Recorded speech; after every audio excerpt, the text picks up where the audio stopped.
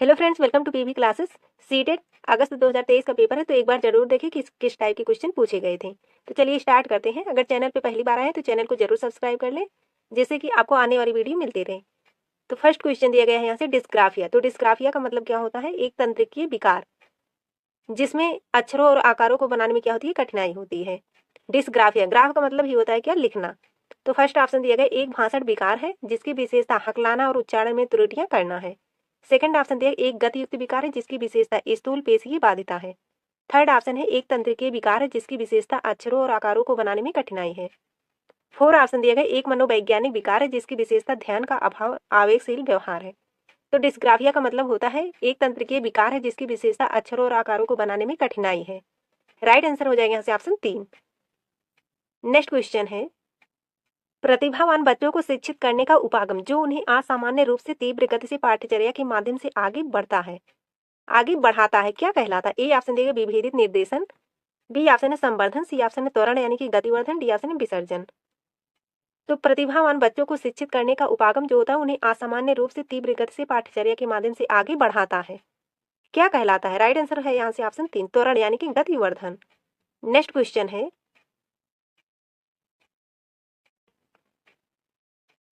शैशवावस्था में सामाजिकरण की dot dot संस्थाएं प्रमुख रूप से महत्वपूर्ण है, जबकि प्रारंभिक बाल्यावस्था में सामाजिकरण की डॉट डॉट संस्थाएं भी महत्वपूर्ण हो जाती हैं। फर्स्ट ऑप्शन दिया गया तृतीयक माध्यमिक, सेकंड ऑप्शन है प्राथमिक माध्यमिक, थर्ड ऑप्शन है माध्यमिक प्राथमिक, फोर्थ ऑप्शन है माध्यमिक तृतीयक। तो शैशवावस्था में सामाजिकरण की प्राथमिक संस्थाएं प्रमुख रूप से महत्वपूर्ण है, जबकि प्रारंभिक बाल्यावस्था में सामाजिकरण की माध्यमिक संस्थाएं भी महत्वपूर्ण हो जाती हैं। राइट आंसर यहाँ से ऑप्शन 2, प्राथमिक और माध्यमिक। नेक्स्ट क्वेश्चन है, लेव वाइगोत्स्की के अनुसार ए फर्स्ट ऑप्शन दिया गया सामाजिक कारक भाषा विकास को प्रभावित करते हैं परंतु संज्ञानात्मक विकास को नहीं। सेकंड ऑप्शन है संज्ञानात्मक विकास भाषा विकास को सुगम बनाता है। थर्ड ऑप्शन दिया गया भाषा विकास और संज्ञानात्मक विकास एक दूसरे से स्वतंत्र रूप से विकसित होते हैं। फोर्थ ऑप्शन दिया गया भाषा विकास संज्ञानात्मक विकास को सुगम बनाता है। तो लेव वाइगोत्स्की के अनुसार भाषा विकास जो होता है संज्ञानात्मक विकास को सुगम बनाता है। राइट आंसर यहाँ से ऑप्शन 4। नेक्स्ट क्वेश्चन है, लॉरेंस कोहलबर्ग के नैतिक तर्क के किस स्तर पर बच्चे आमतौर पर मानते हैं कि लोगों को समाज की अपेक्षाओं पर खरा उतरना चाहिए और अच्छे तरीकों से व्यवहार करना चाहिए? फर्स्ट ऑप्शन दिया उत्तर संक्रियात्मक स्तर, सेकंड ऑप्शन पूर्व पारंपरिक स्तर, थर्ड ऑप्शन है पारंपरिक स्तर, फोर्थ ऑप्शन पूर्व संक्रियात्मक स्तर। राइट आंसर यहाँ से ऑप्शन 3, पारंपरिक स्तर। नेक्स्ट क्वेश्चन है, अधिगम के लिए आकलन का मुख्य लक्ष्य क्या है? फर्स्ट ऑप्शन है उन विद्यार्थियों की पहचान करना जिन्हें धीमे सीखने वालों के रूप में वर्गीकृत किया जा सकता है। सेकंड ऑप्शन दिया विद्यार्थियों के प्रदर्शन का मूल्यांकन करना और ग्रेड देना। थर्ड ऑप्शन दिया विद्यार्थियों को प्रतिपुष्टि प्रदान करना जिसका उपयोग उनके अधिगम में सुधार के लिए किया जा सकता है। फोर्थ ऑप्शन है विद्यार्थी के प्रदर्शन की तुलना एक मानक या तय पैमाने से करना। तो अधिगम के लिए आकलन का मुख्य लक्ष्य क्या है? विद्यार्थियों को प्रतिपुष्टि प्रदान करना जिसका उपयोग उनके अधिगम में सुधार के लिए किया जा सकता है। सबसे शुद्ध आंसर कौन सा है यहाँ से? ऑप्शन 3। राइट आंसर हो जाएगा यहाँ से ऑप्शन 3।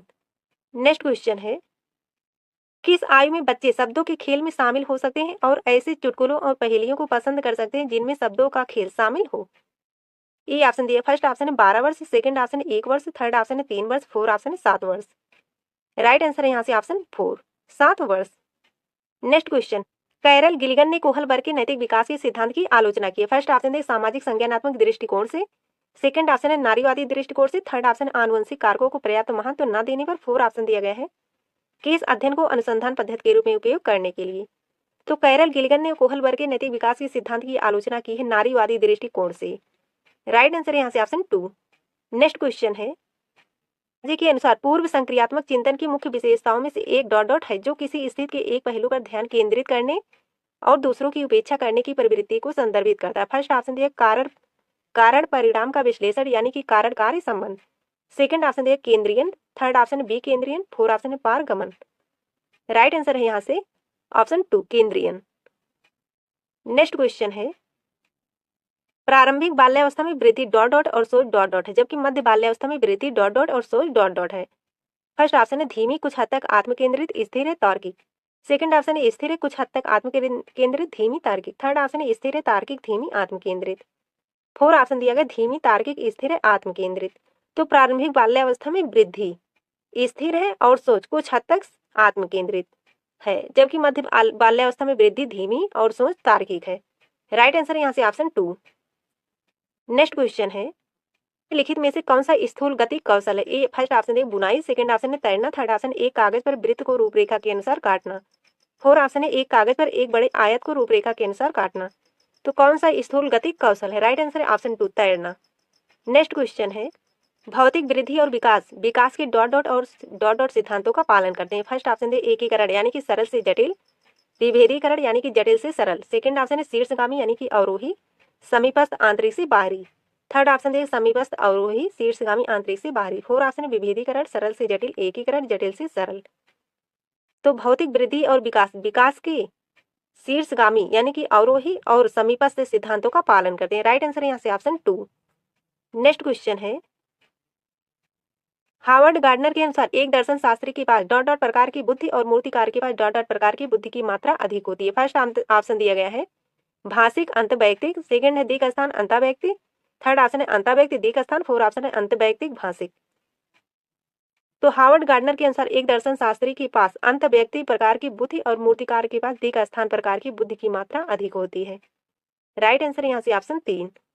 नेक्स्ट क्वेश्चन है अनुभवात्मक अधिगम किस पर बल देता है? फर्स्ट ऑप्शन है बच्चों के अधिगम पर शिक्षक के नियंत्रण पर, सेकंड ऑप्शन है सीखने में पुनर्वलन की भूमिका पर, थर्ड ऑप्शन है आलोचनात्मक प्रतिबिंबन के महत्व पर, फोर्थ ऑप्शन है एक प्रक्रिया के बजाय अधिगम को एक उत्पाद के रूप में देखने पर। तो अनुभवात्मक अधिगम किस पर बल देता है? आलोचनात्मक प्रतिबिंबन के महत्व पर। राइट आंसर है यहाँ से ऑप्शन 3।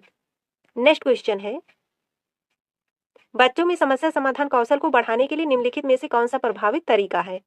फर्स्ट ऑप्शन दिया गया है स्वतंत्र चिंतन को हतोत्साहित करना और घोषणात्मक ज्ञान पर ध्यान केंद्रित करना, सेकंड ऑप्शन दिया कठिन समस्याओं से बचने के लिए उन्हें प्रोत्साहित करना, थर्ड ऑप्शन दिया उन्हें समस्याओं का तैयार समाधान उपलब्ध कराना, फोर्थ ऑप्शन है उन्हें बुद्धि मंथन करने और सहज अनुमान लगाने के अवसर देना। तो बच्चों में समस्या समाधान कौशल को बढ़ाने के लिए निम्नलिखित में से कौन सा प्रभावी तरीका है? उन्हें बुद्धि मंथन करने और सहज अनुमान लगाने के अवसर देना। राइट आंसर यहाँ से ऑप्शन 4। नेक्स्ट क्वेश्चन है निम्नलिखित में से कौन सी प्रक्रिया अधिगम के दौरान योगदान नहीं देती? फर्स्ट ऑप्शन है संगठन, सेकंड है वर्गीकरण, थर्ड है वैचारिकता, फोर्थ है गैर प्रासंगिकरण। तो कौन सी प्रक्रिया अधिगम के दौरान योगदान नहीं देती है? राइट आंसर है ऑप्शन 4 गैर प्रासंगिकरण। नेक्स्ट क्वेश्चन है निम्नलिखित में से कौन सा एक ऐसे प्रश्न का उदाहरण है जिसमें विद्यार्थियों को अपनी सोच पर विचार करने की आवश्यकता होती है? फर्स्ट ऑप्शन दिया गया वाक्य में संज्ञा और क्रिया के बीच क्या संबंध है, सेकंड ऑप्शन है क्रिया की परिभाषा क्या है, थर्ड ऑप्शन है आप क्रिया को वर्तमान काल में कैसे बदल सकते हैं, फोर्थ ऑप्शन दिया आप कक्षा की शुरुआत से क्रिया के उपयोग के बारे में आपकी समझ कैसे बदली है। तो निम्नलिखित में से कौन सा एक ऐसे प्रश्न का उदाहरण है जिसमें विद्यार्थियों को अपनी सोच पर विचार करने की आवश्यकता होती है? राइट आंसर है ऑप्शन 4 आप कक्षा की शुरुआत से क्रिया के उपयोग के बारे में आपकी समझ कैसे बदली है। नेक्स्ट क्वेश्चन है निम्नलिखित में से कौन सा सफलता के लिए आंतरिक ओपन का एक उदाहरण है? फर्स्ट ऑप्शन है मुझे निम्न ग्रेड प्राप्त हुआ क्योंकि शिक्षक कठोर तरीके से आंकते हैं, सेकंड ऑप्शन है मैं परीक्षा में फेल हो गया क्योंकि मैंने पर्याप्त पढ़ाई नहीं की, थर्ड ऑप्शन है शिक्षक के पक्षपाती होने के कारण मुझे अच्छे अंक नहीं मिले था, फोर्थ ऑप्शन है मैं परीक्षा में फेल हो गया क्योंकि मेरे दोस्त मेरा ध्यान भटका रहे थे। तो निम्नलिखित में से कौन सा सफलता के लिए आंतरिक ओपन का एक उदाहरण है? राइट आंसर है ऑप्शन 2। नेक्स्ट क्वेश्चन है लियो वाइगोत्स्की के अनुसार डॉट डॉट बच्चों की संकल्पनात्मक योग्यताओं के विकास में महत्वपूर्ण भूमिका निभाता है। फर्स्ट ऑप्शन है मोती पुरस्कार, सेकंड है सहकर्मी उपयोग सहयोग, थर्ड ऑप्शन है सामाजिक अलगाव, फोर्थ ऑप्शन है मानकीकृत पाठ्यक्रम। तो लियो वाइगोत्स्की के अनुसार सहकर्मी सहयोग बच्चों की संकल्पनात्मक योग्यताओं के विकास में महत्वपूर्ण भूमिका निभाता है। राइट आंसर है ऑप्शन 2 सहकर्मी सहयोग। नेक्स्ट क्वेश्चन है लियो वाइगोत्स्की के सिद्धांत के अनुसार आंतरिक वाक फर्स्ट ऑप्शन है बच्चों के लिए एक काल्पनिक दोस्त के साथ संप्रेषण करने का एक तरीका है, सेकंड है संज्ञानात्मक अपरिपक्वता का प्रतीक है, थर्ड है विकासात्मक देरी का संकेत है, फोर्थ है बच्चों के लिए अपनी सोच को नियंत्रित करने का एक तरीका है। तो लियो वाइगोत्स्की के सिद्धांत के अनुसार आंतरिक वाक क्या है? बच्चों के लिए अपनी सोच को नियंत्रित करने का एक तरीका है। राइट आंसर है ऑप्शन 4। नेक्स्ट क्वेश्चन है 4 वर्ष की अपर्णा कहती है कि एक बटन जिंदा है क्योंकि यह उसकी शर्ट को एक साथ बांधने में मदद करता है। जीन पियाजे के अनुसार उसकी सोच की विशेषता है। फर्स्ट ऑप्शन है परगमनात्मक तर्क, सेकंड है जीववादी चिंतन, थर्ड है केंद्रीय, फोर्थ है परिकल्पित निगमनात्मक चिंतन। राइट आंसर यहाँ से ऑप्शन 2 जीववादी चिंतन। नेक्स्ट क्वेश्चन है निम्नलिखित में से स्वालीनता वाले विद्यार्थियों की विशिष्ट विशेषता कौन सी है? फर्स्ट ऑप्शन है कल्पना को तथ्य से अलग करने की श्रेष्ठ क्षमता, सेकंड है उन्नत सामाजिक भावनात्मक पारस्परिकता, थर्ड है बार बार दोहराव और आवर्ती व्यवहार, फोर्थ है संवाद कौशलों का उच्च स्तर। तो स्वालीनता वाले विद्यार्थियों की विशिष्ट विशेषता कौन सी? बार बार दोहराव और आवर्ती व्यवहार। राइट आंसर है ऑप्शन 3। नेक्स्ट क्वेश्चन है, निम्नलिखित में से अधिगम का प्राथमिक लक्ष्य कौन सा होना चाहिए? फर्स्ट ऑप्शन है तथ्यों को रटना, सेकंड है यंत्रवत याद करने की पूर्वाभ्यास में उत्कृष्ट बनना, थर्ड है समकक्षियों के साथ प्रतिस्पर्धा, फोर्थ है समालोचनात्मक चिंतन का विकास। तो अधिगम का प्राथमिक लक्ष्य कौन सा होना चाहिए? समालोचनात्मक चिंतन का विकास। राइट आंसर है ऑप्शन 4। नेक्स्ट क्वेश्चन है, बच्चे सबसे प्रभावी ढंग से तब सीखते हैं यदि कोई अवधारणा, फर्स्ट ऑप्शन है सामान्य से विशिष्ट की ओर बढ़ती है, सेकंड है अमूर्त से मूर्त की ओर बढ़ती है, थर्ड है जटिल से सरल की ओर बढ़ती है, फोर्थ है तर्कसंगत से अनुभवजन्य की ओर बढ़ती है। तो बच्चे सबसे प्रभावी ढंग से तब सीखते हैं यदि कोई अवधारणा क्या होती है? सामान्य से विशिष्ट की ओर बढ़ती है। राइट आंसर है ऑप्शन 1। नेक्स्ट क्वेश्चन है, विद्यार्थियों की सीखने की शैलियों में विविधता, फर्स्ट ऑप्शन है को महत्व दिया जाना चाहिए और मानव विविधता के प्रतिबिंब के रूप में देखा जाना चाहिए, सेकंड ऑप्शन है कि उपेक्षा की जानी चाहिए और सीखने की शैलियों में एक रूपता लाने का प्रयास किया जाना चाहिए, थर्ड ऑप्शन है को शिक्षण अधिगम प्रक्रिया के दौरान ध्यान में नहीं रखा जाना चाहिए, फोर्थ ऑप्शन दिया गया है को शिक्षण अधिगम प्रक्रिया में बाधा और अवरोध के रूप में देखा जाना चाहिए। तो विद्यार्थियों की सीखने की शैली में विविधता को महत्व दिया जाना चाहिए और मानव विविधता के प्रतिबिंब के रूप में देखा जाना चाहिए। राइट आंसर है ऑप्शन फर्स्ट। तो फ्रेंड्स आज के लिए बस इतना ही, मिलते हैं जल्द ही नेक्स्ट वीडियो में, तब तक के लिए जय हिंद जय भारत।